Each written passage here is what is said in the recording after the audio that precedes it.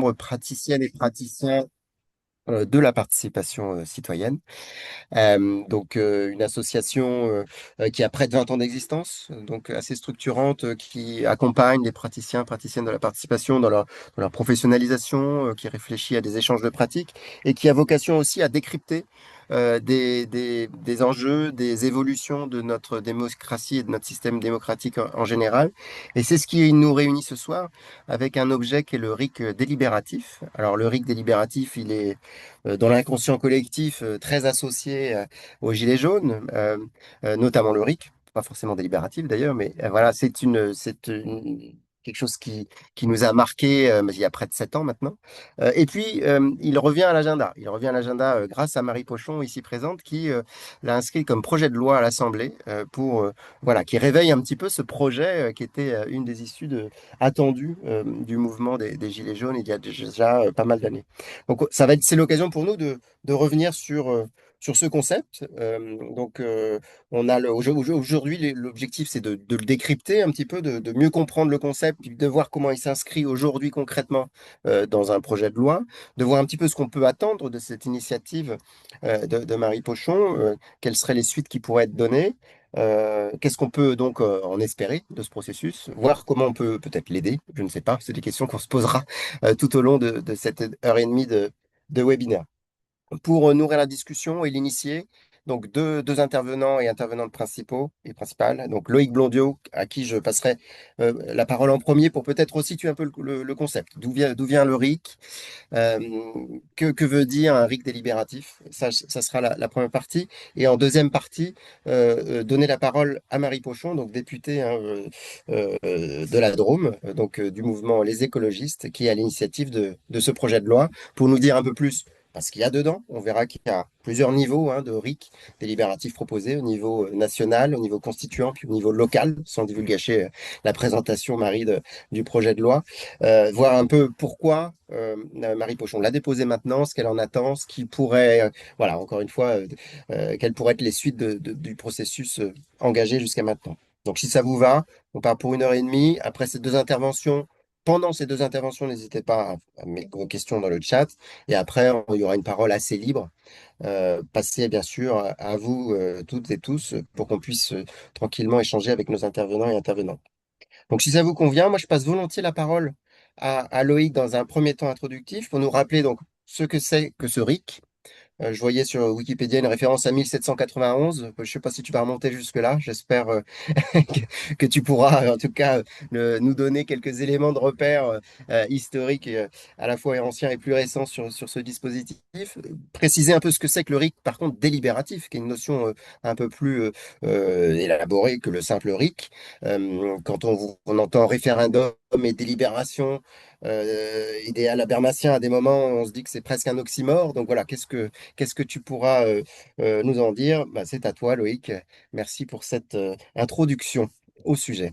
Bon, merci David. Moi, je suis ravi de participer à cette discussion. Je suis pas sûr que mon introduction sera la plus intéressante. Je pense qu'il faut vraiment se pencher non seulement sur la proposition de Marie, mais aussi sur sa réception. C'est-à-dire que essayer de comprendre pourquoi une innovation démocratique qui est dans les enquêtes hein, plébiscitée par les Français, que ce soit le référendum, la demande de référendum ou l'idée d'initiative citoyenne, en fait, il y a une vraie demande. Pourquoi le partage du constat d'une défiance vis-à-vis du personnel politique et puis progressivement vis-à-vis des institutions même de la démocratie représentative ne permet pas finalement qu'une telle proposition puisse être adoptée à l'Assemblée nationale dans un tel contexte. Et moi, je suis très impatient d'entendre les hypothèses, les explications que nous donnera Marie sur finalement la réception de sa proposition. Alors, je ne vais pas faire une généalogie ni du référendum, ni de l'initiative citoyenne, ni de la délibération, surtout au moment où, quelques jours, quelques semaines après la disparition d'Habermas, qui était le principal penseur de la délibération, ça nous amènerait évidemment beaucoup trop loin. En fait, cette idée de RIC délibérative, c'est une idée qui a effectivement des précédents. Alors, dans sa dimension révocatoire, c'est moins à 1791 que je pense qu'à 1793. Vous savez, il y a eu une proposition de constitution qui a été votée par les Français, en tout cas par les Français mâles. Il est très frappant de voir que ben, finalement, il y a eu un référendum qui a concerné toute la population mâle en âge de voter à l'époque et qui avait été adopté par les Français en 1793, qui prévoyait effectivement la possibilité pour les citoyens d'intervenir dans le processus législatif et au même moment, Condorcet, par exemple, avait élaboré un autre projet de constitution qui finalement considérait que la souveraineté du peuple ne devait pas n'être qu'un mot, mais qu'elle devait aussi se traduire par la possibilité pour le peuple d'intervenir, alors chez Condorcet a posteriori dans le processus législatif pour censurer une loi à condition évidemment de franchir un certain nombre d'étapes. L'idée de RIC, elle a émergé évidemment beaucoup plus récemment à l'occasion de cette crise majeure et de ce moment essentiel de notre vie politique qu'a été le mouvement des Gilets jaunes.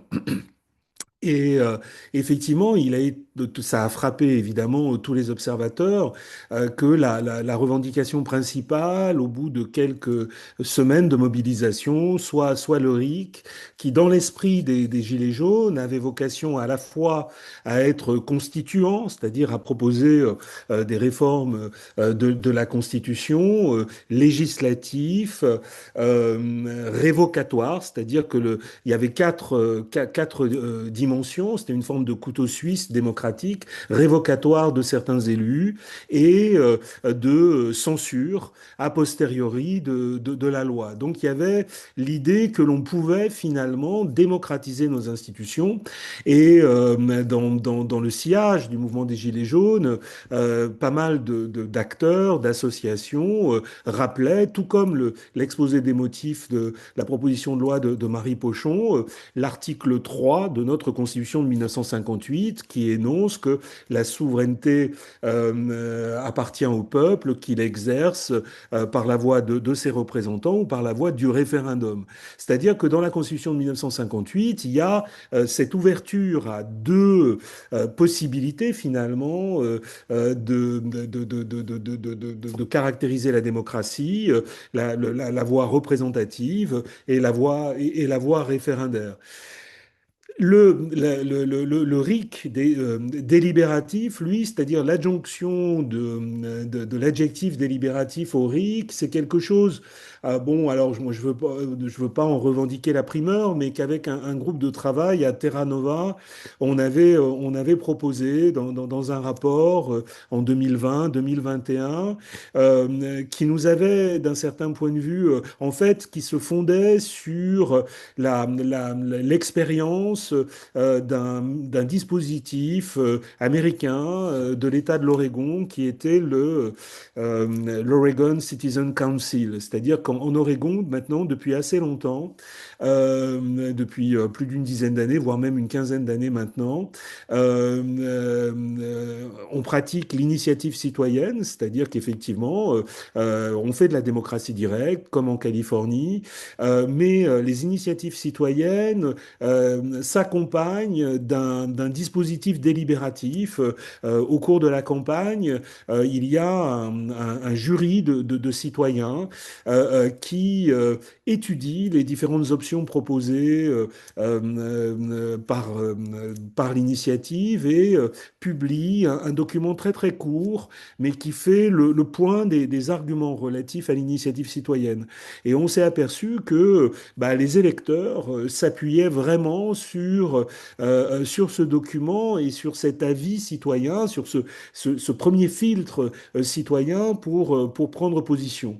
Donc on avait quelque chose comme l'institutionnalisation d'une forme référendaire, puisque l'initiative citoyenne, c'est une forme de référendum, mais qui permettait de s'appuyer sur l'avantage d'une délibération préalable entre citoyens, à l'image des conventions citoyennes telles qu'on les a connues en France. Et ce, pour répondre à une des accusations qui est le plus souvent formulée vis-à-vis du référendum ou de la démocratie directe en général, qui est l'idée que on n'a aucune garantie que la campagne électorale fasse émerger une confrontation entre les arguments pertinents relatifs à chacune des positions. Donc il y a une forme là d'une volonté d'un certain point de vue de concilier les avantages d'une expression directe des citoyens avec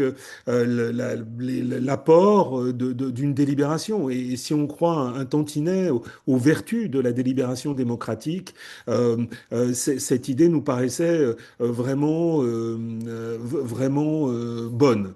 Alors, il se trouve que quelques années plus tard, 5 ans plus tard, moi j'ai été surpris et ravi de voir qu'une proposition de loi émanant d'une parlementaire qui s'intéresse depuis longtemps à ces questions reprenne en partie cette idée et l'étende d'un certain point de vue au domaine constitutionnel, au domaine législatif et à l'échelle locale. J'ai trouvé que cette proposition était particulièrement pertinente. C'est-à-dire que il est très frappant, et ça je voudrais rendre hommage à Marie et au travail qu'elle a fait. Je me suis plongé je me suis replongé, puisqu'on avait déjà eu l'occasion d'en discuter, dans l'exposé des motifs, dans la justification qui a été faite de cette proposition, et j'ai trouvé que là, on avait un exemple de travail parlementaire tout à fait intéressant. Et les débats en commission, hein, que je suis allé voir, sont aussi très intéressants. Alors, pour un défenseur de ce type d'initiative un peu frustrant, mais on a quand même, alors ça n'est que ce ne sont que des débats en commission sur une proposition de loi qui s'inscrivait dans une forme de niche législative, mais il y a quand même un effort, je dirais, de la plupart de ceux qui ont pris la parole et qui représentaient chaque formation politique, de justification de sa position. C'est-à-dire que finalement, on s'aperçoit quand on s'y intéresse un petit peu, et bon, ça m'a pas surpris, qu'il y a un vrai travail au Parlement de justification de la loi et quelque chose, alors qui est peut-être pas de l'ordre de la délibération, parce qu'on voit que chacun campe sur ses positions, prend sa position, et puis il n'y a pas possibilité de dialogue véritable. Mais j'ai été assez impressionné, et j'invite tous ceux qui s'intéressent à ces questions à aller voir les débats de l'Assemblée nationale pour se plonger, et puis faire la cartographie aussi des positions des différentes formations politiques. La position du Rassemblement national est très intéressante, hein, de ce point de vue, puisque le Rassemblement national est en théorie favorable au référendum, mais pour le coup, je trouve extrêmement conservatrice. Et on voit des arguments très anciens ressurgir, alors même qu'il y a un consensus sur la nécessité finalement de réformer nos institutions. On n'y arrive pas. Et moi, je pense que c'est une des questions qu'il faut qu'on aborde. Pourquoi ce système qui est aujourd'hui à l'agonie, dans une impasse, qui suscite des oppositions multiples, qui est challengé par des formes de gouvernement plus autoritaires, ne parvient pas, et je doute qu'il y parvienne désormais à se réformer, comme il l'a fait auparavant. D'un certain point de vue, ce sera ma conclusion. Face aux critiques du mouvement ouvrier, il y a eu des réformes institutionnelles qui ont permis l'intégration du mouvement ouvrier. face aux critiques de l'absence de représentativité en termes de genre, ben, il y a eu la loi sur la parité. Il y a eu toute une série d'adaptations historiques qui ont permis un certain niveau de résilience du cadre de la démocratie représentative. Aujourd'hui, ben, ça ne semble plus possible. Alors, est-ce que c'est de l'inconscience de la part de ceux qui sont au pouvoir? Est-ce que c'est de la crainte? Ou est-ce que finalement, il y a une forme de renoncement à changer, à changer les institutions? Voilà, je terminerai par là. Bon, j'ai été long, sans doute confus, mais voilà tout ce que je peux dire aujourd'hui là-dessus. C'était très clair. Merci Loïc pour nous donner ces Voilà. éléments de repère, hein, à la fois historiques et puis enfin, voilà, de voir que le concept il a plusieurs dimensions. Ça nous met en appétit, je pense, pour vous passer la parole, Marie Pochon, pour avoir des précisions, si vous voulez bien, que vous ayez le temps de présenter votre projet de loi, ce qu'il compose, puisque par rapport à tout ce qu'a présenté Loïc, bah, il y a des partis pris initiaux que vous avez mis à l'écrit en défendant un texte. Effectivement, tout est accessible en ligne, hein, sur le travail de l'Assemblée, mais il y a des partis pris et des justifications à chaque étape. Ça serait intéressant que vous puissiez nous en présenter une synthèse. Et puis revenir, comme je le disais tout à l'heure, sur bah, pourquoi vous portez ce projet maintenant dans une niche parlementaire. Au-delà du pourquoi, bah, quelle a été sa vie, quelle pourrait être sa vie. Là, vous allez revenir probablement sur voilà, les circuits de travail, de décision de l'Assemblée qui sont souvent assez obscurs. Voilà, je vous invite à donc nous présenter le projet de loi, vos motivations et ensuite voilà la manière dont le travail est saisi par l'Assemblée. Merci à vous de votre intervention. Bah, merci déjà beaucoup pour l'invitation. Je pense que c'est des débats qui sont absolument essentiels et passionnants. Moi, je ne suis pas spécialiste des questions de démocratie ou des questions institutionnelles de manière générale dans mon groupe. Je siège même pas en commission des lois. D'habitude, je suis en commission du développement durable. Donc, c'est pour vous dire que le gap était quand même assez grand. Et peut-être pour commencer par le début, moi, ce qui a fait que je m'y suis intéressée, c'est que je me suis beaucoup intéressée aux doléances du grand débat national. J'ai été celle qui, l'an dernier, a fait adopter à l'unanimité de l'Assemblée nationale une résolution permettant la publication de ces mêmes doléances, et des Gilets jaunes et des citoyens au travers de l'opération Mairie ouverte et celle du grand débat national. Donc vous savez que Emmanuel Macron avait promis la publication et la restitution. Ainsi que de fait, même s'il ne l'avait pas dit comme ça, la prise en compte des doléances des Françaises et des Français dans les politiques publiques. Or, rien de tout ça n'avait eu lieu. Et donc, 6 ans plus tard, on avait réuni un certain nombre de parlementaires et on avait rouvert ces cahiers. Là, le process est encore en cours, mais en tout cas, on s'approche de plus en plus de la publication finale de toutes ces doléances. Je le rappelle quand même, mais c'est quand même le recueil des doléances du grand débat national, c'est quand même le plus grand épisode de démocratie, de consultation en expression libre qui a eu lieu dans notre pays depuis la Révolution française. Donc, c'est plus de 2 millions de contributions qui ont été faites à l'époque et dont on n'a absolument rien fait. Et donc, moi, j'avais travaillé sur ces doléances.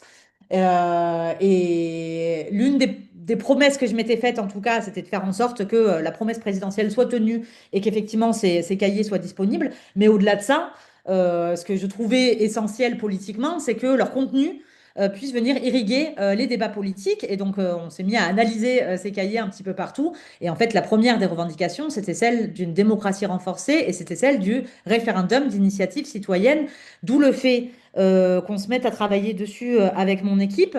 Et puis, un certain nombre de convergences qui ont fait qu'on l'a déposé cette année. Parce que, je ne sais pas si vous vous rappelez, mais au vœu de 2025, Emmanuel Macron, encore lui, a fait la promesse que les Françaises et les Français seraient consultés dans le courant de l'année. Donc tout le monde s'attendait à un référendum, se posait la question, mais qu'est-ce que ce sera le référendum, etc. Au final, rien n'a eu lieu, bien évidemment. Encore une promesse non tenue. En tout cas, nous, ça nous avait fait gamberger en se disant, bah, peut-être que c'est l'occasion, effectivement, de relancer ce sujet du référendum, d'autant plus que l'an dernier, on était 20 ans exactement après la dernière consultation nationale, après le dernier référendum, celui de 2005, qui lui aussi a été quelque peu piétiné dans ses résultats, ce qui crée derrière beaucoup de déceptions démocratiques. Et enfin, l'an dernier, on se trouvait aussi au moment de la pétition contre la loi du plomb.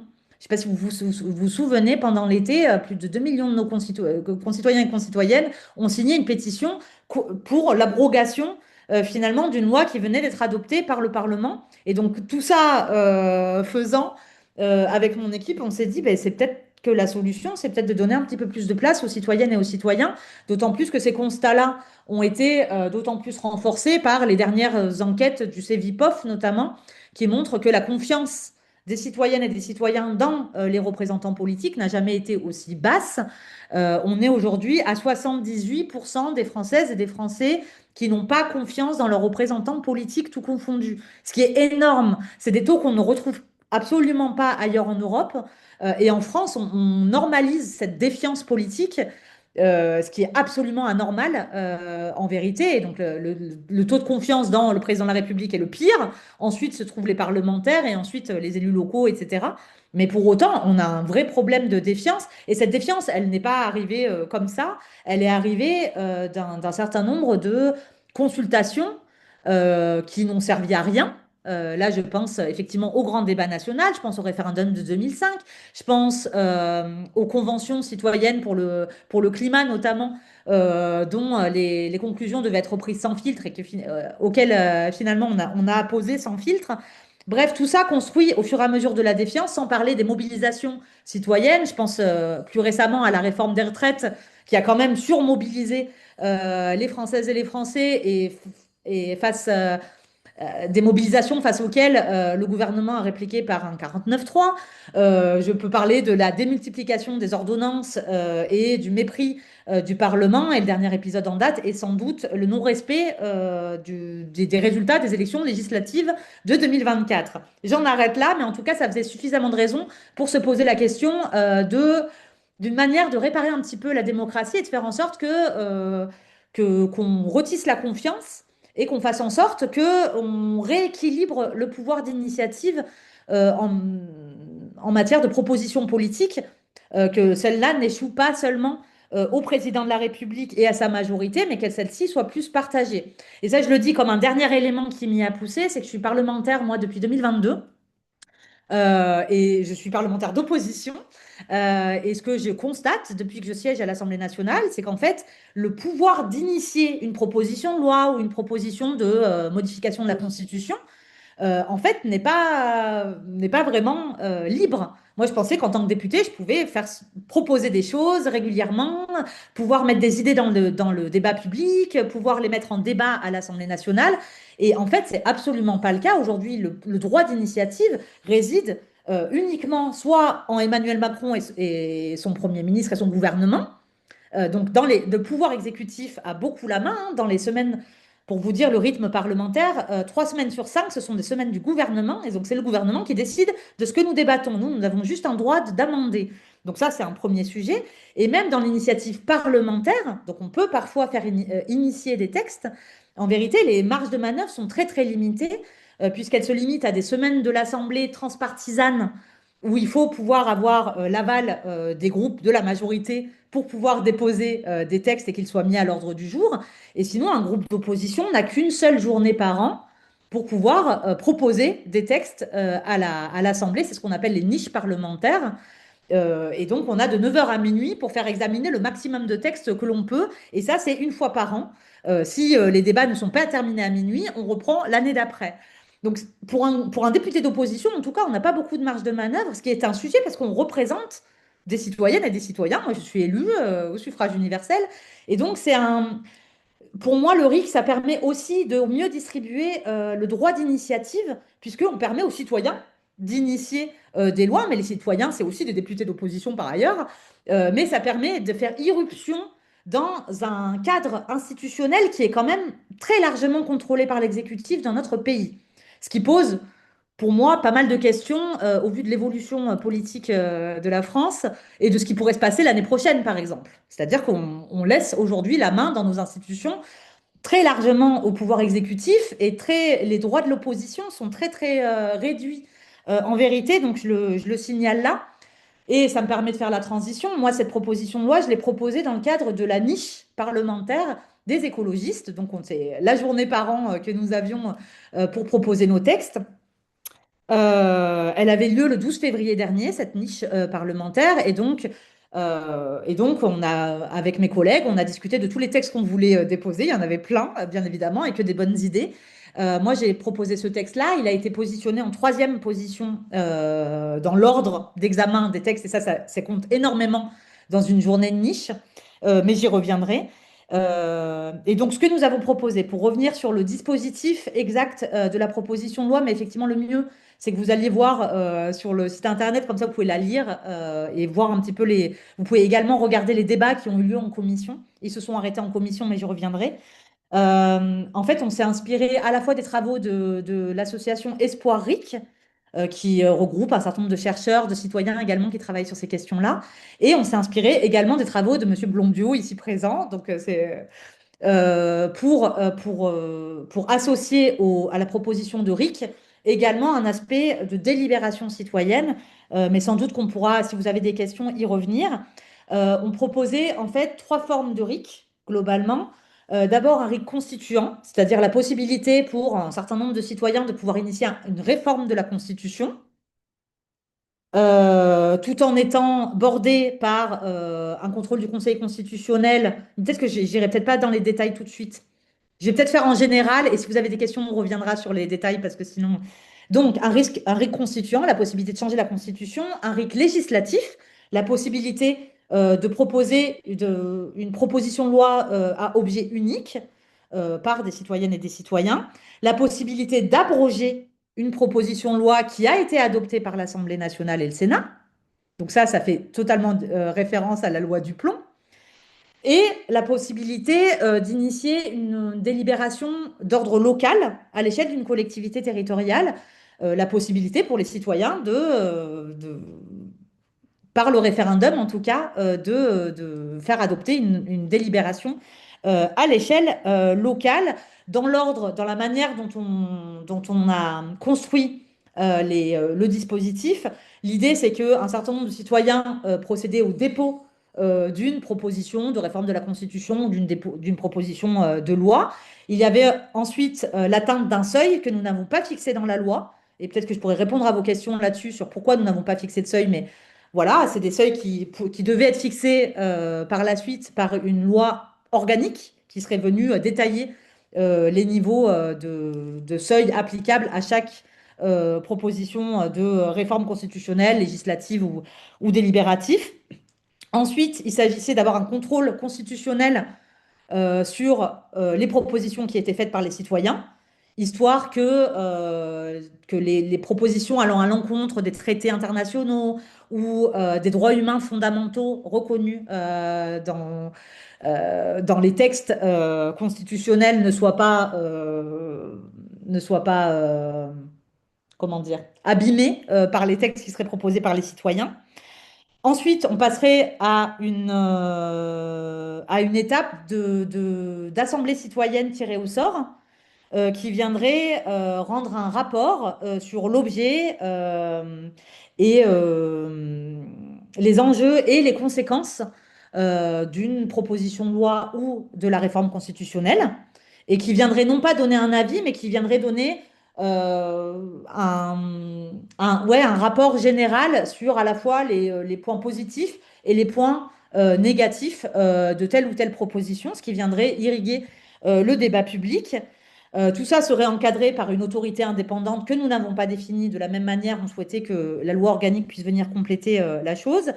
Et ensuite, tout cela obligerait le président de la République à promulguer un référendum et de faire en sorte que, effectivement, l'ensemble de la population se saisisse du sujet avec les conclusions de l'Assemblée citoyenne tirée au sort qui aurait donné un avis, enfin, qui aurait donné un rapport des enjeux sur la question qui serait posée aux citoyennes et aux citoyens. Voilà un petit peu comment les choses se seraient déroulées. Et peut-être pour terminer, parce que je suis déjà assez longue, ce texte, nous l'avons étudié en commission des lois le 4 février. Donc à chaque fois, avant un débat à l'Assemblée nationale, on a toujours le débat en commission. Les débats se sont plutôt bien passés, même si on a effectivement recueilli une opposition de la part de l'ensemble des groupes hors gauche, globalement, et donc avec un certain nombre de critiques sur lesquelles on pourra revenir par ailleurs si vous avez des questions. Mais très peu d'amendements à l'étape de la commission, et le texte a été adopté en commission des lois le 4 février, donc nous étions ravis. Nous déposons donc le texte pour la séance avec certaines modifications. À chaque fois, les débats en commission sont aidants pour justement améliorer la qualité de la loi. Et donc, on a nous-mêmes, moi-même en tant que rapporteur, en tout cas, j'ai déposé des amendements d'amélioration de la proposition de loi pour qu'elle puisse être étudiée en hémicycle avec ces améliorations. Euh, pour autant, juste avant l'examen en hémicycle, on a reçu la liste de tous les amendements qui avaient été déposés par nos collègues lors de la séance, et il y avait plus de 130 amendements sur notre proposition de loi pour le débat en hémicycle, ce qui s'appelle de l'obstruction. Et donc, nous, on a eu une grande discussion en réunion de groupe écologiste pour savoir si on gardait la proposition de loi sur le RIC en début de niche, malgré cette obstruction qui présageait plutôt que les autres groupes politiques, notamment la droite, l'extrême droite et le centre, souhaitaient bloquer totalement les débats sur cette proposition de loi, hein, c'est ce que ça veut dire. Euh, et donc, mon groupe a plutôt fait le choix de la reculer. Elle est passée sixième dans l'ordre d'examen lors de la journée de niche, ce qui fait qu'elle n'a même pas été étudiée lors de la niche du 12 février. On n'a même pas eu le temps d'y arriver. Pour autant, le symbole était là, effectivement, avec une volonté de ne pas étudier le texte. Je vous rassure, je ne sais pas si c'est rassurant, mais l'obstruction a eu lieu sur un certain nombre de textes du groupe écologiste. Et là encore, vous voyez encore une limite de nos institutions actuelles. C'est-à-dire que même lorsque un groupe d'opposition a la main sur l'ordre du jour, la majorité a la capacité et je parle pour les LR et les macronistes qui font partie aujourd'hui du gouvernement, hein, qui sont soutiens du gouvernement, ils ont la capacité de même choisir, de déterminer l'ordre des textes que nous déposons dans notre propre niche par l'obstruction. Et donc ça, c'est encore une contrainte supplémentaire qui fait qu'on a quand même une liberté qui est très, très limitée. Et peut-être qu'on parlera par la suite avec vos questions de ce qu'on peut faire de tout ça, de quelle est la suite également, sauf si vous voulez que j'y aille Je- tout de suite. J'allais, j'allais vous inviter à peut-être finir votre propos là-dessus et après que je passe la Ok, parole. Mais très ça nous bien. donne envie de savoir, voilà, c'est quoi la suite? On attend la prochaine journée de niche, c'est-à-dire 2027, ou est-ce qu'il y a d'autres perspectives plus réjouissantes par rapport à ce dispositif? Bah, pour répondre très, très rapidement, le problème, c'est qu'on a deux options, comme je vous les ai présentées. Soit on passe par une journée d'initiative, enfin une semaine transpartisane, mais il faut alors le soutien d'au moins un groupe de la majorité. Moi, j'essaye toujours d'avoir le soutien du MoDem, qui est le mouvement démocrate, donc normalement qui devrait s'intéresser à ce type de questions. Ils sont très intéressés, mais ils sont quand même contre, pour des raisons qui leur appartiennent. Et donc, c'est assez compliqué, sans le soutien d'un groupe de la majorité, d'inscrire ce texte de manière transpartisane. Et donc, effectivement, mon objectif à ce stade, c'est de pouvoir le redéposer lors de la prochaine niche du groupe écologiste qui interviendra, je pense, enfin, vu qu'il y a la présidentielle qui arrive l'an prochain, toutes les niches vont être ramassées sur la fin de l'année, donc qui interviendra peut-être plus tard, là, en 2026. Et j'espère qu'on pourra avoir ce débat que je crois être absolument fondamental, que ce soit d'un point de vue, effectivement, des droits de l'opposition, dans un contexte où potentiellement l'état de droit peut être mis en danger dans les mois à venir. Mais au-delà de ça, je crois que c'est un vrai outil pour réparer la défiance qui se construit. Et je pense que ça peut être un vrai objet de la campagne présidentielle par ailleurs à venir. Donc c'est ce que j'espère. Merci Marie Pochon pour cette présentation qui permet vraiment d'avoir une vision très, très précise, je pense, de votre proposition et la manière aussi dont le travail parlementaire s'élabore, ce qui est vraiment précieux d'avoir votre témoignage. Je vous propose qu'on passe la parole aux participants au webinaire et aux participantes. Je vous propose de lever la main, je prendrai trois observations et après je redistribuerai pardon, volontiers la parole à Marie Pochon et à Loïc Blondiot. Donc, je vous invite à lever la main, tout simplement, pour que je puisse prendre vos observations. Vous pouvez également vous exprimer dans le chat. J'ai déjà vu une remarque de Julien, dont on ne connaît pas le nom, mais qu'il a déjà attaqué voilà, les débats sur les questions de la question du transpartisane potentiel de la proposition de loi. Est-ce qu'il y a quelqu'un qui veut bien lever la main et qui aurait une question, une observation, une réaction à partager avec nos intervenants et intervenantes? Je vois pas de main levée, hein. Sylvie, Louise, vous me dites si je rate quelque chose avec Zoom, mais je vois pas de main, mais peut-être que je peux déjà commencer par la question de Julien dans le chat. Peut-être que Sylvie, tu as des choses à apporter. Pardon, je vois ta main. Bah, Non. juste, en fait, moi j'avais une question, s'il y en a pas. Je me, je me donne la parole du coup, enfin David, merci.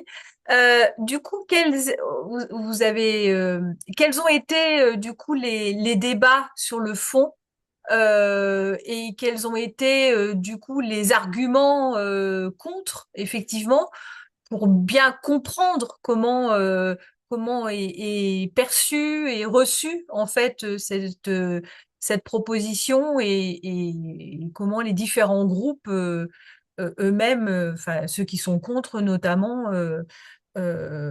développent leurs arguments, quoi. Voilà.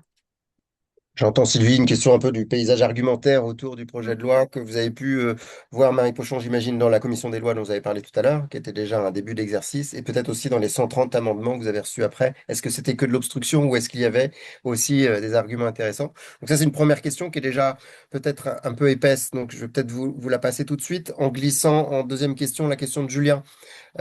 Si vous voulez bien, ceux qui posent la question, pourquoi n'avoir pas rejoint la proposition RIC de Jean-François Coulombe, député LFI? Donc ça, c'est un autre projet de loi.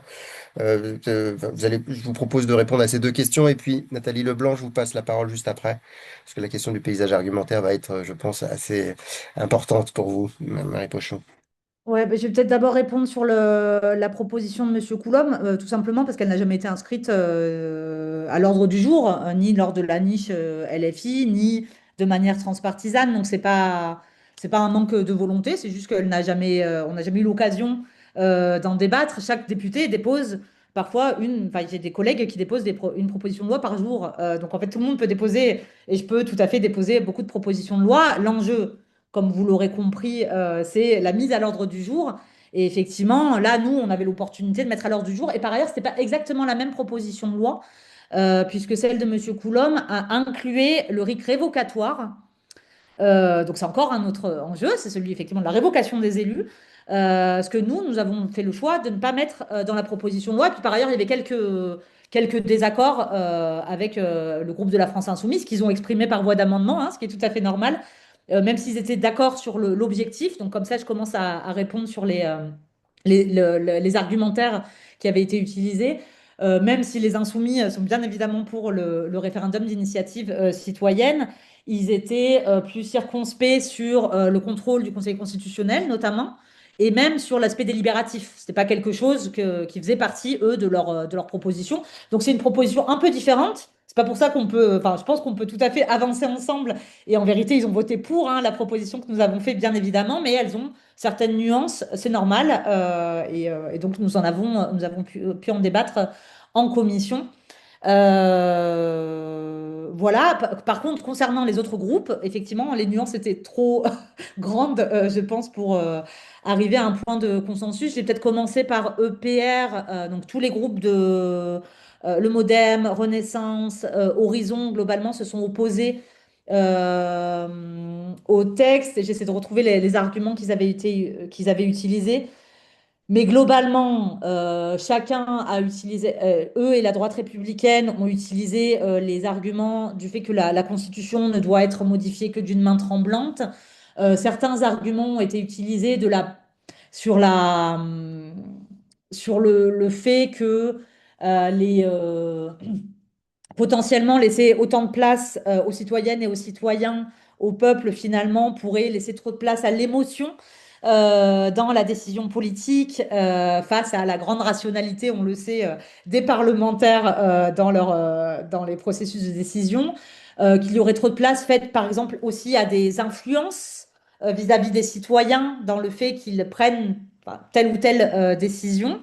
Il y avait la crainte qui a été soulevée plusieurs fois également d'un dispositif qui contournerait, qui marginaliserait le Parlement.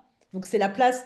C'est vrai que c'est rigolo, parce qu'on demande aux parlementaires eux-mêmes de laisser un peu, enfin, pas de se dessaisir de leur pouvoir, hein, on gardait tout notre pouvoir de parlementaire, mais de laisser d'autres initier des propositions de loi. Mais c'est vrai que c'était vécu, en tout cas par un certain nombre de mes collègues, comme quelque chose qu'on leur retirait de leur légitimité démocratique à eux, acquise grâce au suffrage universel. Ce qui a été posé aussi comme argument, c'est le fait de laisser effectivement le peuple décider sans avoir la responsabilité des décisions prises. Parce que, voilà, donc ça, c'était un argument valable, mais à chaque fois, en fait, on nous a rétorqué la possibilité, enfin, la nécessité d'être plus transparent, mais pas d'aller jusqu'au RIC qui serait aller trop loin. Quant au Rassemblement national, ils ont une position qui est assez particulière, puisque eux sont contre le référendum d'initiative citoyenne, mais pour le référendum obligatoire en cas de modification de la Constitution. Donc eux, ils ont déposé un amendement, par exemple, lors de l'examen en commission sur le référendum obligatoire. Comme vous le savez, aujourd'hui, dans la Constitution actuelle, lorsque le président de la République ou lorsque l'exécutif ou n'importe qui initie une réforme de la Constitution, dernier exemple en date, c'est l'entrée de l'IVG dans la Constitution. Dans ces cas de figure, le président de la République a deux choix pour valider finalement cette réforme constitutionnelle, soit le recours au référendum, soit le recours au Congrès. C'est-à-dire les deux, le Sénat, l'Assemblée nationale, qui vont à Versailles et qui votent. C'est ce qu'on a fait sur l'IVG. Et en fait, c'est ce qui se fait globalement. Le recours au référendum n'a eu lieu qu'une seule fois dans notre histoire. Le reste du temps, c'est toujours le Congrès qui décide. Et donc, même les modifications de notre texte fondateur se font sans le peuple. Et donc, là, l'amendement qui a été déposé par le Rassemblement national, c'était de rendre le référendum obligatoire, qu'il n'y ait plus de passage par le Congrès en cas de réforme constitutionnelle. Moi, je ne suis pas opposée par ailleurs, mais c'était encore un autre sujet. Donc, ce n'était pas franchement sur le RIC. Et ils avaient une vision du RIC qui devait être très encadrée par le président de la République, en vérité. Et donc, on s'approchait plutôt d'un RIC plébiscitaire, d'un usage en tout cas du référendum d'initiative citoyenne plébiscitaire que d'un vrai processus en parallèle d'un vrai processus sans contrôle du président de la République ou du gouvernement, ce que nous proposions dans nos propositions, donc ils s'y sont opposés. Voilà un peu pour quelques arguments. Peut-être pour celles et ceux qui ont déjà regardé les débats, vous en avez identifié d'autres. Peut-être que Monsieur Blondiot, vous en avez d'autres. Voilà. Ouais, simplement en complément, hein, en fait, on a assisté dans plusieurs interventions à la réactivation de lieux communs aussi anciens que la critique de la démocratie. C'est-à-dire que, effectivement, l'idée selon laquelle le peuple est forcément un facteur de désordre d'un certain point de vue et une menace sur l'ordre est quelque chose qui transparaît, qui n'est pas dit tel quel, mais qui transparaît. Et surtout, là où tous les opposants convergent, c'est sur l'idée, il est impossible de remettre en cause. C'est-à-dire que la dimension abrogatoire du rite délibératif est perçue vraiment comme une remise en cause du travail des législateurs, ce qui dit quelque chose finalement de la vision qu'ils ont de leur légitimité, qui ne peut pas être challengée par le peuple. Ils continuent d'un certain point de vue à entretenir la fiction selon laquelle ils sont le peuple. Ils sont légitimes à vouloir pour le peuple, y compris quand des, des, des, des, des démentis d'un certain point de vue peuvent surgir. Donc ça, c'est vraiment très, très frappant.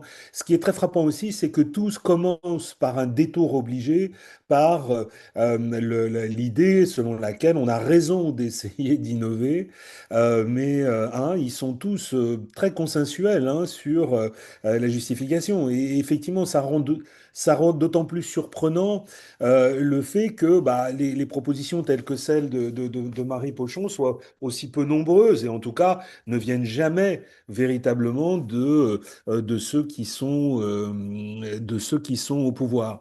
Je suis d'accord aussi sur la position de LFI qui est un peu voilà qui est classique, hein, qui est de dire ben, on donne trop d'importance au Conseil constitutionnel dans cette affaire. Et effectivement, il y a un vrai débat à mener sur, certes, le Conseil constitutionnel est critiquable et il est critiqué pour sa composition, pour son orientation euh, éminemment conservatrice de certains nombres de situations, de certaines situations injustes, mais néanmoins, on n'a pas grand-chose d'autre en magasin pour empêcher un usage complètement dévoyé et délirant du référendum qui remettrait en cause les libertés et l'état de droit. Donc, puis dernier point, moi je suis entièrement d'accord avec Marie pour dire que tout ça révèle en creux le risque, tout ce qu'elle dit sur... Et ce qui est très frappant, c'est qu'on aurait pu penser que depuis 2022 et depuis 2024, une place plus grande ça ferait aux parlementaires dans le processus de fabrication de la loi. Et en fait, bah, ça n'est pas le cas. En tout cas, euh, un, un- un exécutif majoritaire, c'est quand même ça la nuance, hein. Un exécutif majoritaire a quand même une force qui lui permet d'écraser au Parlement toute forme d'opposition, et que ça présage un futur quand même très, très inquiétant en 2027. Merci pour vos interventions. Je pense que ça fait écho pour tous les praticiens et praticiennes que nous sommes de la participation citoyenne à la question des peurs hein, que suscite ce type de réforme, peur du peuple ou peur des institutions, peur du Conseil constitutionnel ou du Parlement lui-même. Enfin, c'est assez effectivement marquant, hein, je trouve, de voir que bah, ce qu'on peut constater déjà dans des petits dispositifs de participation dans les territoires, bon, forcément, c'est exempt, c'est démultiplié face à une réforme de cette ampleur et de cette ambition. Je voudrais passer la parole à Nathalie Leblanc, qui a levé la main depuis un petit moment. N'hésitez pas à relayer votre question, observation, et aussi, Oui, allez-y, merci, vous m'entendez bien? on vous entend très bien. Ouais, très bien. Bonjour à toutes et à tous. Bon, déjà, merci pour la présentation et l'éclairage sur le processus délibératif de cette grande maison, l'Assemblée nationale, parce que c'est vrai on n'a pas toujours tout ce niveau de détail. Donc, merci Marie Pochon pour ça et puis pour le portage de ce projet de loi. Euh, Moi, en fait, j'ai hâte de regarder les débats parce que je pense que ça va aussi apprendre ce qui s'est passé. En fait, moi, je me dis que un tel projet dans des mains, allez, je vais dire humanistes, progressistes, qui veulent faire avancer la société, bah, c'est un outil précieux, c'est un outil qui peut être très puissant pour faire avancer le droit. Malgré tout, je m'interroge encore plus avec peut-être la composition de l'Assemblée nationale sur les rangs qui sont plutôt à droite, là, on va dire, voilà, sur des détournements, si, parce que je pense que la position qui est décrite là, c'est qu'en fait, la droite et l'extrême droite sont pas du tout favorables à ce projet de loi. Néanmoins, j'ai quand même l'intuition que quand ils auront compris la puissance, ils peuvent s'en saisir et la détourner. Donc, j'ai cru comprendre dans les propos de Marie Pochon tout à l'heure qu'il y avait des réflexions autour de comment on peut la borner, comment on peut la baliser. Je ne sais pas si le terme est bien adapté en l'espèce, mais voilà, pour éviter ces détournements. Parce que, voilà, on connaît enfin voilà, on peut effectivement arriver à faire bouger les choses avec des intentions sincères. Je ne doute pas de la sincérité de certaines intentions sur certains bancs de l'Assemblée qui pourraient effectivement se saisir de ce projet de loi, mais alors, je ne sais pas les Hmm. bons et les méchants, mais en tout cas, pour plutôt distendre notre société que pour lui permettre d'affronter ensemble les défis qui s'annoncent. Donc voilà, Hmm. comment vous avez pensé en creux quelque part un usage détourné et je pense que c'est important pour solidifier le projet de loi. Enfin, voilà, c'est Merci. en tout cas comme ça que je perçois. Merci. Merci Nathalie. Je vais proposer peut-être à d'autres personnes de aussi partager questions, observations, remarques, si vous le souhaitez, c'est le moment. Et après, je ferai réagir Marie Pochon et Loïc Blondiot. Est-ce qu'il y a d'autres questions? On voit pas tout. Ah oui, Sylvie. Sylvie, Du coup, j'y n'hésite vais. pas. Ouais, Ouais. une bonne question.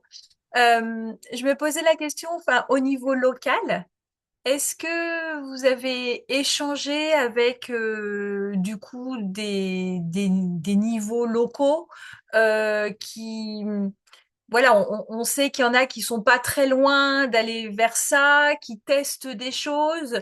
Est-ce que, du coup, si le niveau national, c'est très compliqué, est-ce qu'il y aurait des ouvertures, ou en tout cas, est-ce que le morceau, on va dire, plus lié au local, pourrait plus facilement passer? Enfin, quelle est votre vision là-dessus?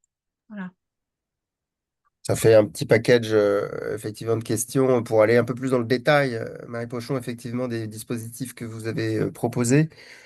Donc, de manière générale, je reprends la question de Nathalie, qu'est-ce que vous avez mis comme mécanisme pour peut-être protéger ce dispositif de certaines dérives éventuelles? Je pense que vous allez revenir sur des choses que vous avez un peu évoquées, hein, sur des effets de seuil, il y a des seuils à fixer, il y a un contrôle constitutionnel qui est prévu. Enfin, j'imagine qu'il y a d'autres choses sur lesquelles vous pouvez nous apporter des précisions.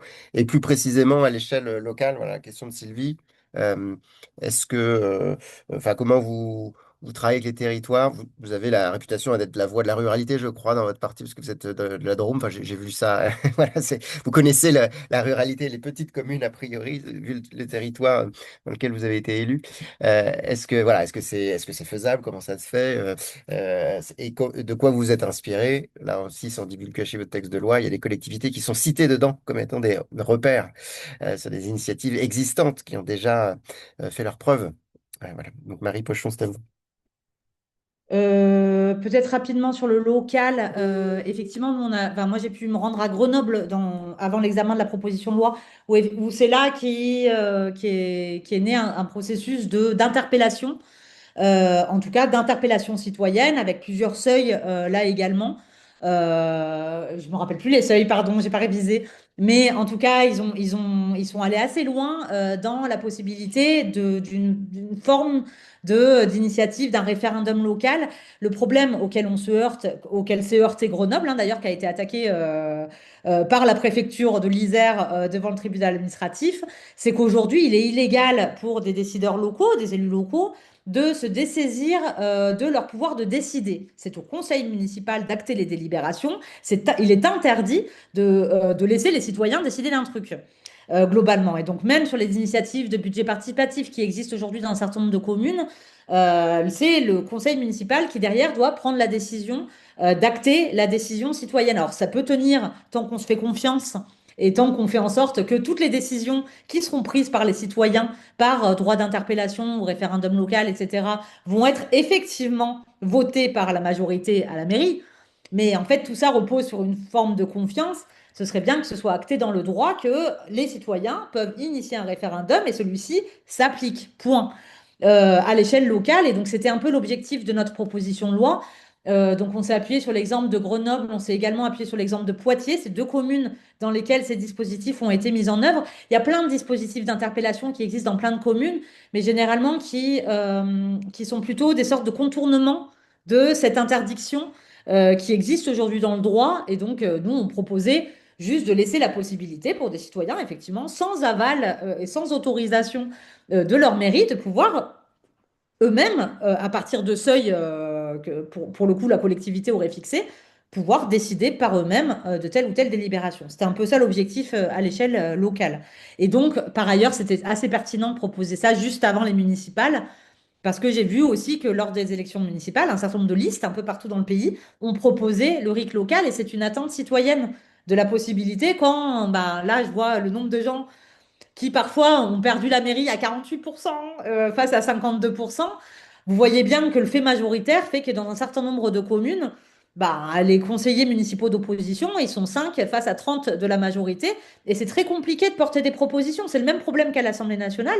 Et donc, ce pouvoir de référendum local, ça permet aussi, là, de faire entendre les 48%, quelle que soit l'opinion politique qu'on peut avoir par ailleurs. Mais en fait, c'est une question démocratique pure et dure, qui est, je pense, assez basique à comprendre et assez utile. Donc ça, c'est sur le référendum local. Et peut-être que sur la question des garde-fous, comme on dit, peut-être que Loïc, tu voudrais répondre à cette question-là. Et peut-être que je peux Oui, compléter.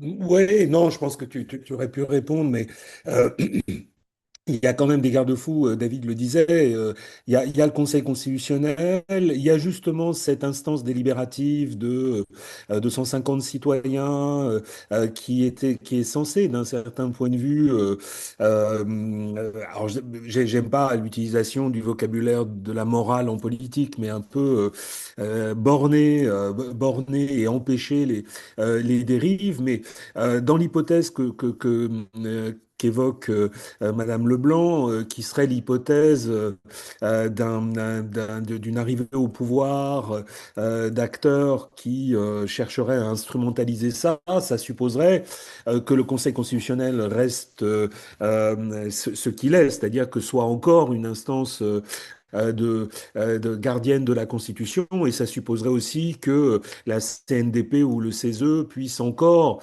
puisque c'était les deux institutions qui étaient susceptibles d'organiser cette convention citoyenne, soient encore ce qu'elles sont et soient pas dénaturées. Mais j'ai pas trop je me fais pas trop de soucis. Il est quand même beaucoup plus simple quand quand un pouvoir autoritaire s'installe, de contourner de contourner le peuple. Mine de rien, il n'y a pas tant que ça de référendum plébiscitaire. Regardez, alors dans un tout autre contexte institutionnel que la France, quand Mélanie essaye de faire avaliser par le peuple un référendum attentatoire à l'indépendance de la magistrature, elle n'y arrive pas. C'est très compliqué de mobiliser le peuple. Et donc, du coup, il s'y risque pas parce que, bon, voilà, ce sera pas du jour au lendemain que les médias, les juges, tout ce qui pourrait servir de contre-pouvoir seront complètement abolis. Et puis, il y a la question des seuils. Moi, j'ai été assez surpris, mais Marie pourra dire ce qu'il en est, parce que effectivement, en matière de référendum ou d'initiative, le diable est dans les détails. Et la question des seuils est vraiment essentielle. Et ben, le fait qu'en Suisse, il ne faille pour l'initiative constitutionnelle en Suisse réunir que 2% du corps électoral est quelque chose qui est pas du tout indifférent. C'est-à-dire que c'est un seuil suffisamment bas pour autoriser finalement ce type d'initiative. Et en fait, ce que la proposition de loi dit, c'est elle reporte à une autre étape, à une loi organique, je crois, hein, ou à autre chose, un autre véhicule juridique, à un autre moment de la discussion, l'établissement des seuils, mais c'est vraiment indispensable. Alors, il est trivial de dire qu'un seuil trop élevé réduit à néant, comme c'est le cas du référendum d'initiative partagée, l'instrument. Il est peut-être pas du tout exact qu'un seuil trop bas aboutirait à une forme de harcèlement populaire et de multiplication d'initiatives. J'y crois pas. On n'assiste pas à ça en Suisse, hein. Il y a des seuils relativement bas, mais il y a pas un usage complètement délirant ou dévoyé de ce type d'outils juridiques. Voilà, c'est ce que je peux dire, hein. Peut-être que je peux compléter sur les seuils, juste pour expliquer. Effectivement, en fait, quand on est dans une situation comme celle-là, on se demandait si c'était une question stratégique. C'est-à-dire que moi, j'ai fait le choix, en déposant la proposition de loi, de faire en sorte d'espérer acter le principe même du RIC, c'est-à-dire la possibilité d'une initiative qui serait en dehors du Parlement et en dehors de l'exécutif par les citoyens. Et je me disais qu'on peut commencer par là, par acter le principe, et derrière, on verra les seuils, même si les seuils sont absolument fondamentaux. Et d'ailleurs, mais ce que je voulais, c'était normalement en commission ne pas débattre des seuils. Pour la séance, j'avais déposé moi-même des amendements posant des seuils pour qu'on puisse en débattre pour de vrai pendant la séance à 1, 2, 3%. 1% de la population pouvait déposer une proposition de loi abrogative. 2%, c'était pour le législatif, pour le référendum législatif, et le 3% pour le référendum constituant. Donc c'était un peu là-dessus qu'on avait déposé les amendements. Finalement, on n'a même pas pu les étudier, mais c'est pour vous dire derrière, il y a des questions stratégiques de me dire, ben, si on posait les seuils dès la commission, le risque, c'était qu'on se fracture sur le point de détail du seuil, qui n'est pas un point de détail, mais sans acter le principe. Et donc, je voulais d'abord qu'on acte le principe et qu'ensuite, on définisse les modalités. Donc c'était un peu, mais ça fait débat bien évidemment, mais de toute façon on n'a pas pu véritablement en débattre. Et juste pour répondre à Madame Leblanc, vous disiez qu'effectivement il y a quand même des pouvoirs d'influence de l'extrême droite, de sphères médiatiques ou de d'autres qui peuvent venir mettre en danger ces propositions-là. Vous répondre tout de même que au-delà des seuils, au-delà de l'aspect délibératif du RIC, qui je crois protège beaucoup de toutes les tentatives démagogiques. Que pourrait poser le référendum. Et au-delà du contrôle du Conseil constitutionnel, qui protège encore une fois, c'est une triple protection.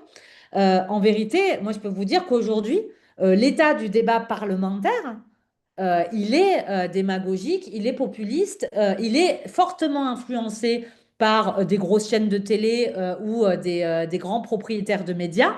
Là, moi, je peux vous faire l'agenda jusqu'à la fin juillet parlementaire. Ça n'est que texte sécuritaire, texte de simplification, texte, enfin, qui ne répondent, à mon sens, hein, alors je suis pas très objective, en rien à ce qu'on me dit sur le terrain, ce que les gens me font remonter comme problème du quotidien.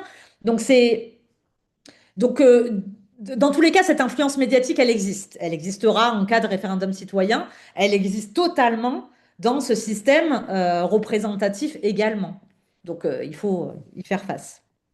Merci de nous amener à faire ce parallèle un peu vraiment très inquiétant hein, entre le fait que c'est un argument pour certains courants politiques de dénoncer l'influence que pourraient subir les citoyens face à un RIC, alors que l'instance elle-même est fortement influencée ou joue de l'influence. C'est quand même voilà, une mise en abîme assez, assez inquiétante. Merci en tout cas sur ces éclaircissements hein, à tous les deux sur les effets de seuil. Je tiens à dire qu'entre voilà, entre les deux grands écarts de l'exemple suisse et du RIP, qui était effectivement ce précédent hein, de référendum d'initiative populaire là, qui n'avait pas pu avoir lieu, enfin avec un seuil bien trop élevé. Il y a plein, j'imagine, un terrain vaste à investiguer. Et je tiens à préciser qu'on avait à plusieurs reprises invité Grenoble hein, au sein de l'Institut à revenir sur ces expériences. Et c'est vrai qu'ils ont affiné les seuils. C'est quelque chose qui se travaille aussi dans le temps et qui peut s'affiner et évoluer pour trouver le point d'équilibre entre pas donner trop de travail d'instruction, d'analyse enfin, et inviter aux urnes tous les 15 jours, mais plutôt voilà, essayer de trouver le juste équilibre entre l'expression citoyenne et le travail d'instruction et d'analyse que ça demande. Je vais passer la parole à David, qui a levé la main, David Canard, pour poursuivre les tours d'échange. Oui, merci et bonjour à toutes et tous. Je suis très content de vous revoir. Ça fait un moment que je ne vous ai pas vu.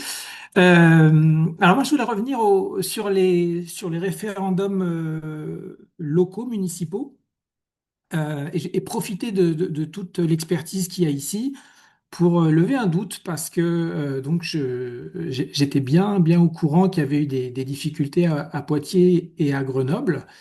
Mais d'après ce que j'avais trouvé en cherchant un petit peu, c'était pas des problèmes qui faisaient qu'il fallait que les décisions soient nécessairement validées par le conseil municipal, parce qu'à ma connaissance, il y a l'alinéa 2 de l'article 72-1 qui dit que il suffit, en fait, il suffit, entre guillemets, d'avoir une participation de 50% pour que du coup l'élu soit obligé d'acter la décision à la condition qu'elle soit pas en contradiction avec d'autres lois, et notamment avec les lois nationales. Et à ma connaissance, les soucis qu'il y a eu à Grenoble, c'était ça, c'était un conflit avec une loi nationale sur le service public.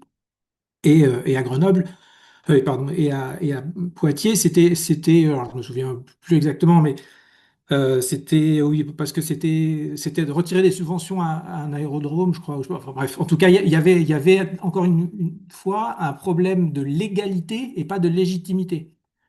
Donc, j'en profite puisque vous êtes là. Est-ce que je me trompe en pensant que si on atteint 50% de participation à un référendum local, il passe sans avoir besoin d'être validé par le conseil municipal? Merci. Marie, Loïc, est-ce que vous avez des précisions sur ce point juridique qui est très juridique? Loïc, tu as ton micro Alors, je coupé. suis pas, j'ai pas. Ah, vas-y, Loïc. Ouais, non, non, tu peux y aller. Moi, j'ai jamais été très bon sur les questions de droit. Mais là, en l'occurrence, c'était un mécanisme qui n'était pas prévu. Le référendum local, le référendum local tel qu'il existe aujourd'hui depuis 2003 dans la Constitution, voilà, il fait entorse en quelque sorte. Mais je crois quand même, vraiment, je parle sous le contrôle aussi de Sylvie, qui connaît bien la situation grenobloise. Tu pourras peut-être dire quelle était ton interprétation, mais il y avait quand même derrière les interventions du préfet l'idée que la collectivité locale ne pouvait pas se dessaisir de son pouvoir de décision parce qu'elle était souveraine. J'ai vraiment ce sentiment-là. Mais peut-être que je me trompe. Mais voilà, il faut. Marie, Sylvie. Bah, je peux peut-être compléter. Je sais plus quel était le sujet du référendum qui avait été fait. Moi, il me semblait que c'était sur le stationnement, hein. Ouais, c'est sur le Mais bon, stationnement. et en fait, effectivement, le recours qui avait été fait était très politique, hein. Il avait été attaqué par Valls, donc c'était Éric Piolle à l'époque, etc., qui avait lancé ça.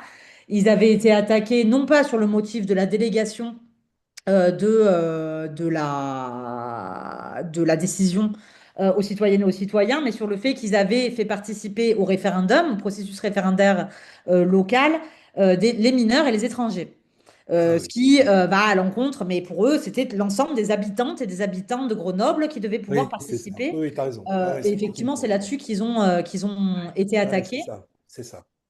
Et donc, effectivement, vous avez mis dans le. Oui, il y a une référence au texte de loi qui a été versé par Oui, mais Julien c'est pas du tout Moralisso. contradictoire avec ce que je disais, Mhm, la oui. référence au texte de loi, et vous pouvez même aller voir dans le texte constitutionnel, hein, l'article 72.1 de la Constitution qui concerne les collectivités locales. Alors oui, effectivement, il y a des seuils d'application, mais vous lirez le texte adopté par voie de référendum. Alors attendez, ça change. Et de contrôle applicable à une délibération ou un acte de son exécutif.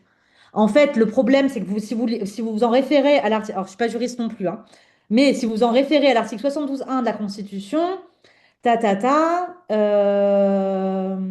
les citoyens peuvent, par l'exercice du droit de pétition, demander l'inscription à l'ordre du jour de l'Assemblée délibérante d'une collectivité, une question relevant de sa compétence.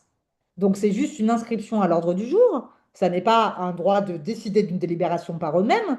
Dans les conditions prévues par la loi organique, les projets de délibération ou d'actes relevant de la compétence d'une collectivité territoriale peuvent, à son initiative, être soumis par la voie du référendum à la décision des électeurs. Ça, c'est bien, c'est un référendum local, mais d'initiative de la mairie. À aucun moment, on parle d'un référendum d'initiative citoyenne appliqué par les citoyens. Vous voyez ce que je veux dire? En fait, dans les deux dispositifs, il y a toujours soit une initiative de la mairie, du conseil municipal qui propose un sujet sur lequel les gens peuvent voter, certes, et dire ce qu'ils en pensent, soit les citoyens peuvent initier un sujet, mais celui-ci est délibéré par la collectivité, par la mairie. Mais enfin, en fait, il y a pas, ça ne s'appelle pas un RIC, quoi. C'est un référendum, mais ça n'est pas un RIC. Oui, merci, c'est assez éclairant. Ça serait intéressant d'avoir d'ailleurs le bilan des référendums locaux, sur quoi ça porte aujourd'hui. Est-ce qu'il y en a beaucoup? Parce que c'est effectivement des choses dont on entend peu parler quand même, je pense, dans les territoires. Sylvie, tu voulais peut-être compléter sur Grenoble? Tu avais des éléments à apporter sur le cas grenoblois? Bah oui, en fait, il y a le référendum tel qu'il est indiqué dans la loi et ce type de référendum très très encadré, il y en a très très peu parce que effectivement, il faut que ce soit sur des compétences très strictes et les exemples qu'il y a eu dans le passé, ça tombait jamais exactement dans les compétences et donc voilà. Et puis il y a ce système de 50%. Ce que la ville de Grenoble a fait, c'est dans le cadre du droit d'interpellation. Elle a mis en place une démarche qui peut conduire avec des seuils à un référendum, effectivement. Et donc, du coup, ils ont tenté d'être, via une délibération prise par la municipalité, de mettre en place ça, mais c'est pas du tout dans le cadre du référendum tel qu'il est indiqué par la loi là, en fait.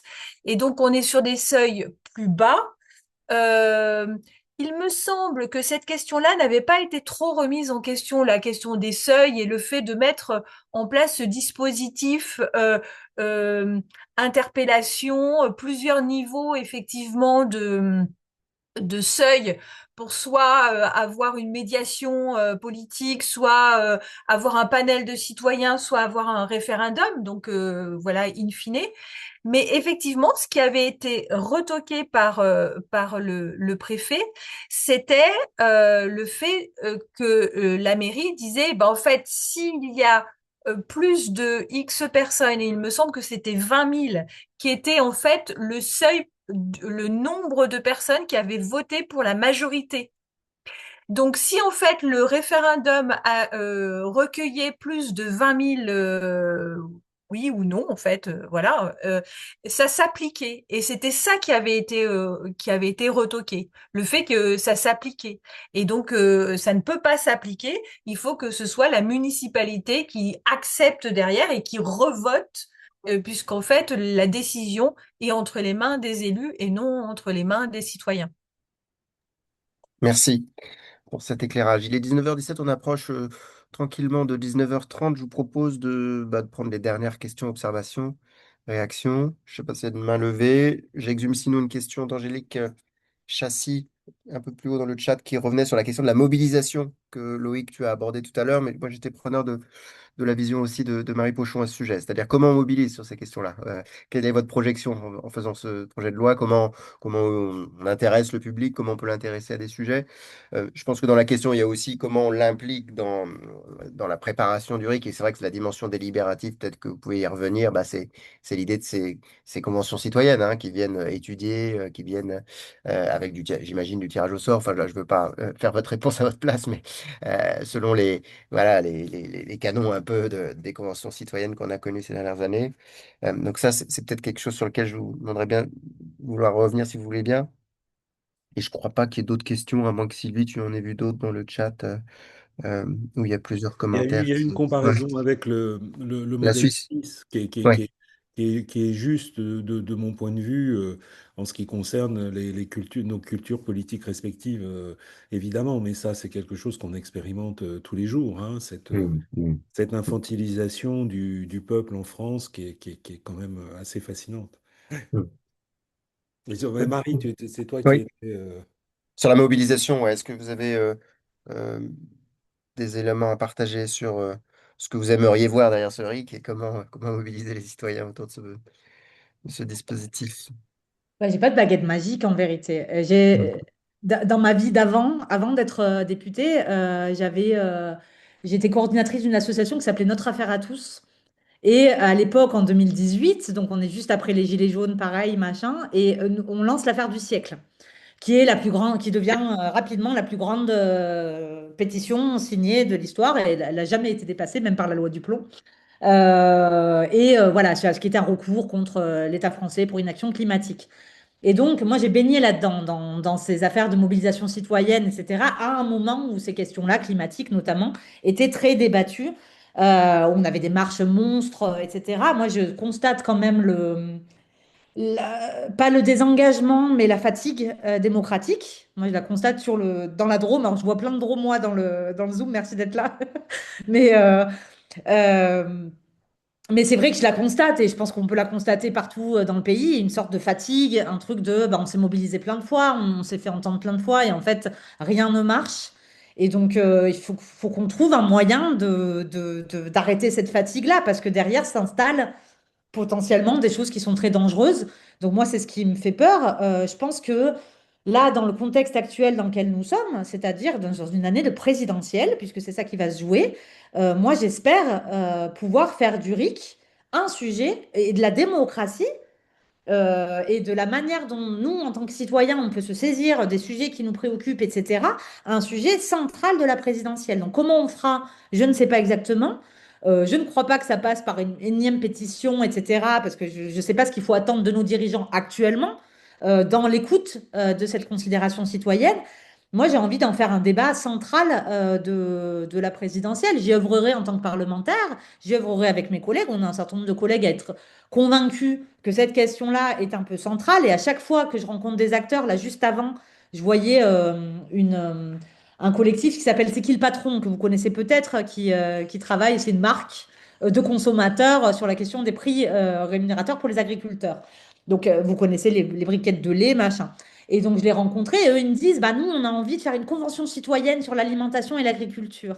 Et en fait, tout se rejoint. On arrive toujours aux manières de faire en sorte que les citoyens et citoyennes prennent leur part dans la décision politique et ne soient plus totalement piétinés par effectivement des parlementaires ou des décideurs publics qui les prennent pour des enfants.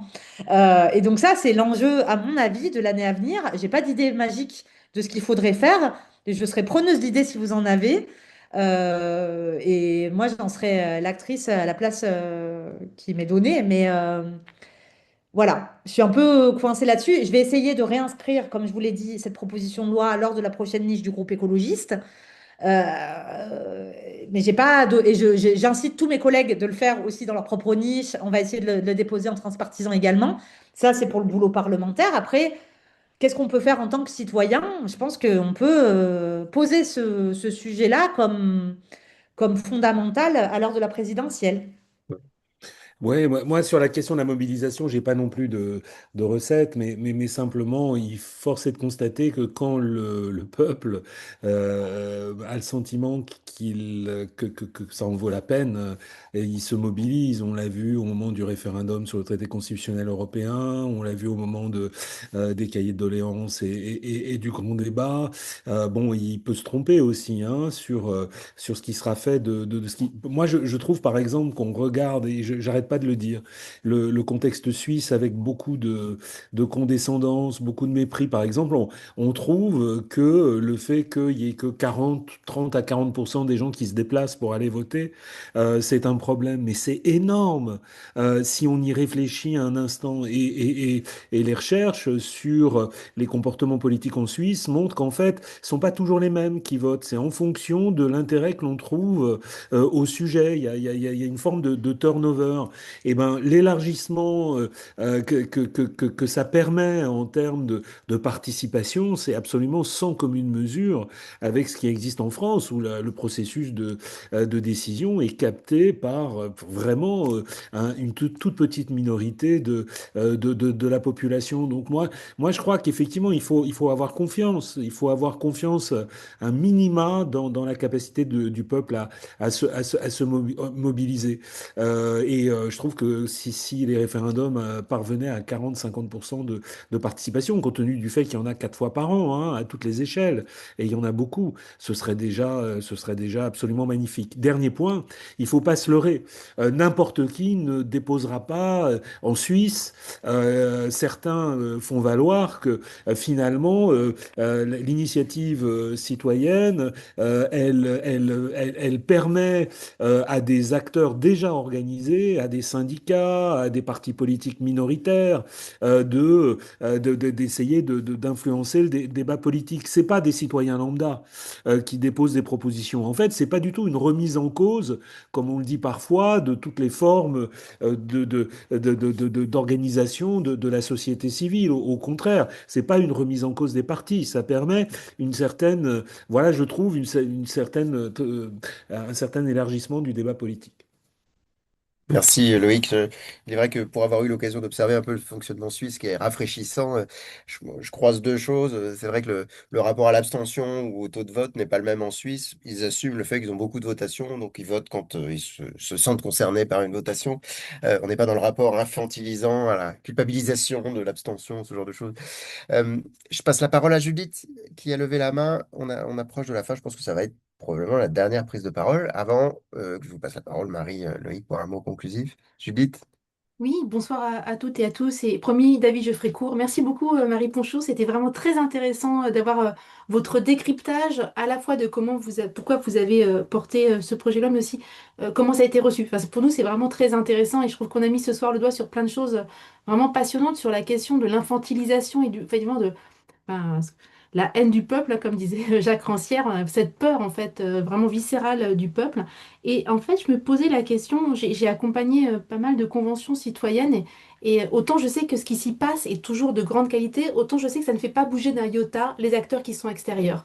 Et notamment les parlementaires, mais on pourrait dire les acteurs économiques, quand on parle, ou les acteurs enfin, professionnels, économiques quand on parle du climat, professionnels quand on parle de la fin de vie.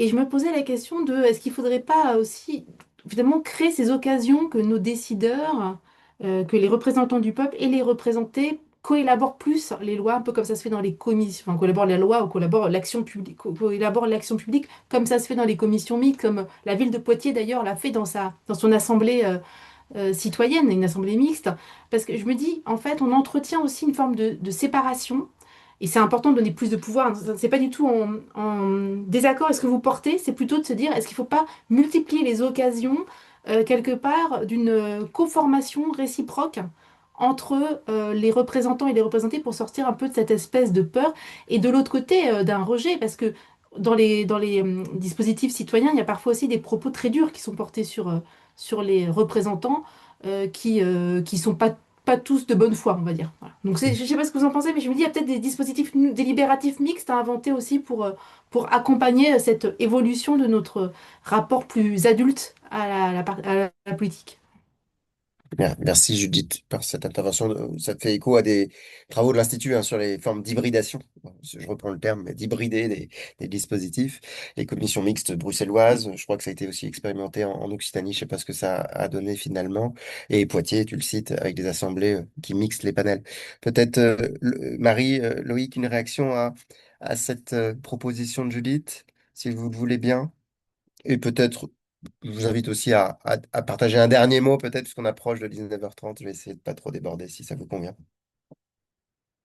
Marie? Ouais, bah merci beaucoup pour cette question. Alors effectivement, on n'en a pas débattu là lors de cette proposition de loi en tant que telle, mais moi j'ai des collègues qui travaillent. Là, on a un groupe de travail de réforme du règlement intérieur de l'Assemblée nationale, donc on débat un petit peu de toutes ces choses-là quand même, de tous les dysfonctionnements qu'il y a dans notre Assemblée nationale. Mais il y a quand même un aspect d'une autoconception du parlementaire comme faisant partie d'une forme de notabilité rationnelle, qui sait les choses pour les autres, qui est quand même assez hallucinante, hein, quand on parle de déontologie notamment. Il y a quand même cette impression de porter un fardeau de celui de la démocratie au nom de tous nos concitoyens, comme si ce n'était pas quelque chose qui pouvait être partagé. Donc il y a des grandes difficultés à parler de ça. Et typiquement, dans cette assemblée-là, moi j'avais porté le fait qu'un certain nombre de mes collègues ont des assemblées de circonscription et donc font de la co-construction de la loi avec des citoyens tirés au sort sur la base des listes électorales, etc. Enfin, j'ai certains collègues, et là je pense comme ça à Charles Fournier, qui fait ça à Tours, et qui a mis en place une assemblée de circonscription. Et c'est avec cette assemblée de circonscription qu'il a conçu une proposition de loi sur la sécurité sociale de l'alimentation, par exemple, et qu'il a pu déposer à l'Assemblée nationale, c'est-à-dire qu'on n'a pas débattu non plus, encore un problème d'ordre du jour. Mais voilà, donc il y a certains collègues qui font ça. Or, il n'y a rien de structuré dans l'organisation de nos travaux parlementaires, ni dans notre rythme parlementaire, ni dans les moyens que nous avons. On a chacun 3 collabs. C'est impossible d'organiser une assemblée de circonscription. C'est pas forcément possible sur un territoire rural comme le mien. Moi, j'avais réfléchi au début, je m'étais dit, ah bah tiens, je vais coélaborer la loi, les amendements avec les citoyens et citoyennes. En fait, rien n'est prévu là-dedans, ni le rythme de l'Assemblée nationale, qui fait qu'on doit aller très vite. Enfin, rien n'est pensé pour ça. Donc, c'est un sujet à la fois pour l'institution dans laquelle je suis, donc l'Assemblée nationale, dans l'élaboration de la loi, et par ailleurs, même dans le système institutionnel, on est un certain nombre à penser que le Sénat, par exemple, qui est quand même la chambre conservatrice et d'un point de vue démocratique qui est quand même assez critiquable, qui pourrait être remplacé par le CESE, une chambre du temps long, une chambre qui représente les différents corps de la société civile organisés, par exemple, et ce qui pourrait permettre là une forme de coélaboration de la loi entre le suffrage universel et la démocratie représentative, et puis une autre forme de démocratie représentative qui est la démocratie sociale, celle des syndicats, celle des associations. Enfin, il y aurait quelque chose à penser d'une réforme institutionnelle majeure pour justement penser ces choses-là, mais vous voyez qu'on en est assez loin. Je voulais rajouter un point, mais je sais plus ce que c'est. Donc, je m'en excuse. Mais en tout cas, merci pour cette question et merci pour si c'est le mot de la conclusion, pour cet échange très précieux, effectivement, et ravi d'échanger avec vous si vous avez des idées sur que faire maintenant. J'en suis preneuse et voilà. Et merci Loïc, encore une fois, pour toute l'inspiration. Merci. Ouais, ouais, non, mais on va se remercier. Moi, je dis pas mieux. Et puis, je dis à bientôt et vive l'Institut de la concertation et de la participation citoyenne. Et vive la démocratie. Voilà. Ciao, ciao. Bah, écoute, un grand merci Loïc, là, on est vraiment dans la grande concision et on arrive à 19h31, donc moi je vous propose, si vous voulez bien, qu'on en reste là. Un grand merci à vous deux hein, pour tous vos éclairages et merci Marie Pochon pour soutenir ce projet de loi qui est quand même précieux, je pense, et auquel les membres de l'Institut adhèrent assez aisément. Je ne veux pas m'engager pour eux, j'ai pas mandat pour parler en leur nom, mais on sait qu'il y a quand même comment dire, des affinités assez fortes avec notre champ, bien évidemment. Avant de conclure, peut-être, je tiens à préciser que Virginie Tavil Ivanovic avait posé pas mal de questions plus précises sur le processus auquel vous n'avez pas forcément qu'on n'a pas abordé dans le détail. C'est le process, quoi, c'est-à-dire dépôt, délibération, instruction par une convention et référendum. Je me permets, Loïc, de citer ton article dans Terra Nova. Je pense que le lien est en haut, mais je crois qu'il aborde pas mal ces questions-là et donne des points de repère à l'étranger sur ce qui existe déjà. Peut-être que Virginie, on peut vous le renvoyer. Et je pense qu'il y a de la littérature qui existe là-dessus. Et je pense que le projet de loi ne va pas jusqu'à décrire précisément le process, mais donne quand même quelques étapes. Voilà. Désolé, je n'ai pas relayé la question au bon moment et il est un petit peu tard pour le faire, mais je pense qu'on a des ressources. Voilà. Encore un grand merci aux intervenantes et intervenants.